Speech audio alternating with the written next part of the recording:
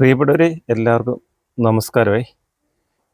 ഇന്നത്തെ ഒരു വീഡിയോയിൽ ഉൾപ്പെടുത്തിയിരിക്കുന്നത് വേനൽക്കാലത്ത് പച്ചക്കറി കൃഷിക്കും ഏലത്തിനും ജലലഭ്യത കുറവുള്ള സ്ഥലത്ത് പരീക്ഷിക്കാൻ പറ്റുന്ന ഒരു ഹൈജീനിക്കായിട്ടുള്ള ഒരു കൃഷി രീതിയാണേ.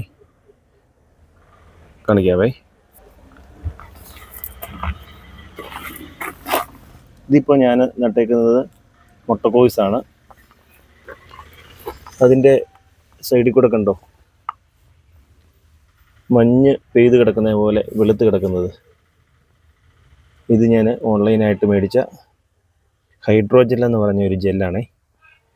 ഇതിൻ്റെ പ്രത്യേകത എന്ന് വെച്ച് കഴിഞ്ഞാൽ വേനൽക്കാലത്ത് നമുക്ക് മണ്ണിൽ ജലാംശം പെട്ടെന്ന് വലിഞ്ഞു പോകുന്ന സ്ഥലത്തും ജലത്തിൻ്റെ ലഭ്യത കുറവുള്ള സ്ഥലത്തും നമുക്ക് ഈ പൊടി രൂപത്തിലുള്ള ഈ ഹൈഡ്രോജെല്ല് വിതറിയിട്ട് നനച്ചു കൊടുത്താൽ, അല്ലെ അതിനു മുന്നേ നനച്ചിട്ടിട്ടാലും നല്ലതാണ്.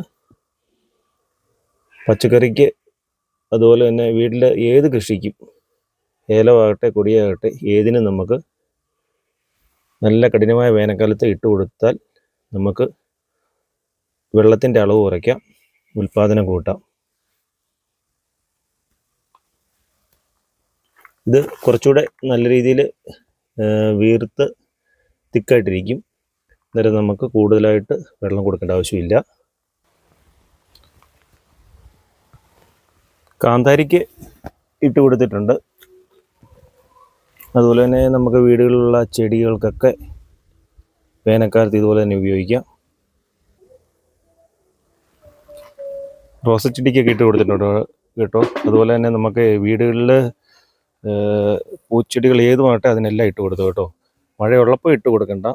നല്ല കഠിനമായ ചൂട് ഉള്ള സമയത്ത് വെള്ളം വലിഞ്ഞു പോകുന്ന മണ്ണിൽ മാത്രം ഇട്ട് കൊടുക്കുക. വീഡിയോ ലൈക്ക് ചെയ്യുക, അതുപോലെ തന്നെ സപ്പോർട്ട് ചെയ്യാൻ മറക്കരുതേ. Thank you.